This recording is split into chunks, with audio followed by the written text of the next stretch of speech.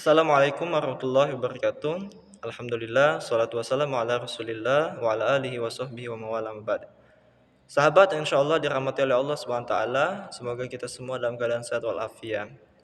Tahu nggak, ini hari masih ada fenomena di mana ada orang yang masih mengaku sebagai seorang muslim, di saat yang sama dia merasa aman hanya dengan sholatnya saja gitu. Atau yang kita sebut itu dengan STMJ, sholat terus maksiat jalan. Jadi seolah-olah dia memahami Islam itu cuma sholat. Kalau udah sholat, maka seolah-olah kunci surga itu ada di tangan gitu. Sehingga nggak perlu lagi kemudian harus ya mengikatkan diri dengan aturan Islam lainnya gitu.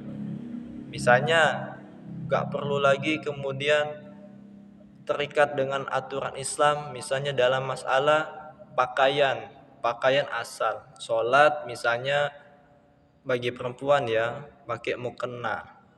Kemudian di luar sholat misalnya pakaian seksi lagi. Terus ini seperti apa? Apakah ini yang disebut STMJ, sholat terus maksiat jalan? Seolah-olah Allah itu cuma di masjid. Seolah-olah ya kita nggak perlu terikat dengan aturan agama itu harus dipisah dari kehidupan gitu tuh ya. Ini kemudian ada itu fenomena ini merebak ya ternyata di tengah-tengah kehidupan kita. Nah, apakah dibenarkan STMJ ini sholat terus maksiat jalan?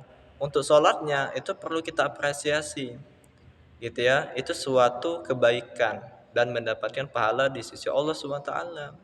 Tapi sangat disayangkan ketika ya melakukan kemaksiatan di luar sholat. Padahal sholat itu di dalam Al-Quran itu dikatakan a'udzubillahi minasyaitonirrajim innas sholata tanha 'anil fahsya'i wal munkar.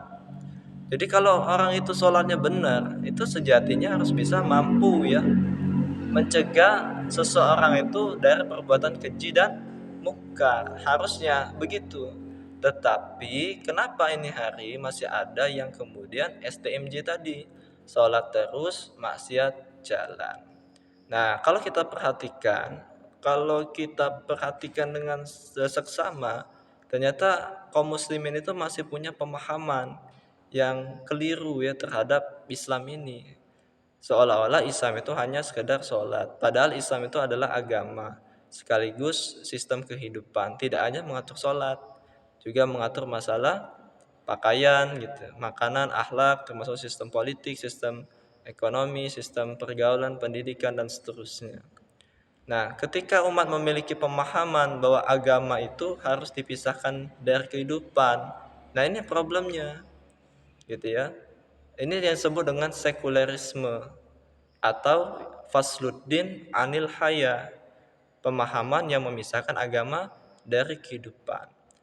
Nah, kenapa kemudian sekulerisme itu menjadi sesuatu yang menjadi landasan berpikir bagi kaum muslimin hari? Nah, karena apa? Karena umat Islam hari ini dipimpin oleh peradaban barat. Peradaban barat itu tegak di atas asas sekulerisme, yaitu memisahkan agama dari kehidupan. Agama boleh saja, sholat, misalnya ngaji, ya, sholawatan dan seterusnya. Tetapi agama itu nggak boleh mengatur kehidupan.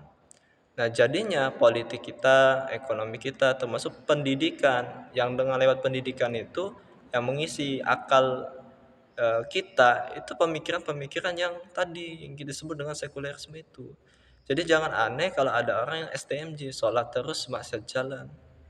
Nah, karena apa? Karena sekulerisme. Oleh sebab itu, cara yang paling ampuh untuk kita supaya tidak STMJ itu, ya pertama kita harus membersihkan pemahaman sekulerisme itu dari pemikiran kita. Dengan apa? Dengan ikut pembinaan. Pembinaan yang itu bersama jamaah yang benar-benar mampu ya membersihkan pemikiran sekulerisme itu. Tentu itu harus diawali dengan kemauan untuk apa? Meninggalkan sekulerisme itu. Karena sekulerisme ini bahaya banget. Akan bisa menjerumuskan seseorang itu kepada kerusakan, bahkan kemaksiatan, dan dia tidak akan selamat dari azab Allah. Nah, oleh sebab itu, sekulerisme ini bahaya banget dan itulah yang membuat kita dijajah, membuat kita tertindas dan membuat umat Islam ini terbelakang. Oleh sebab itu, supaya umat ini bangkit, yuk sama-sama kita belajar Islam secara kafah. Dari mulai membersihkan sekulerisme itu menjadi pemahaman Islam yang benar, yaitu hidup hanya semata-mata taat kepada Allah, bukan cuma di masjid, tapi dalam semua aspek kehidupan. Semoga kita semua mau belajar Islam, mengamalkan serta mendakwakan Islam. Semoga kita semua tetap sehat, semangat dan istiqomah. Wallahu a'lam bishawab. Assalamualaikum warahmatullahi wabarakatuh.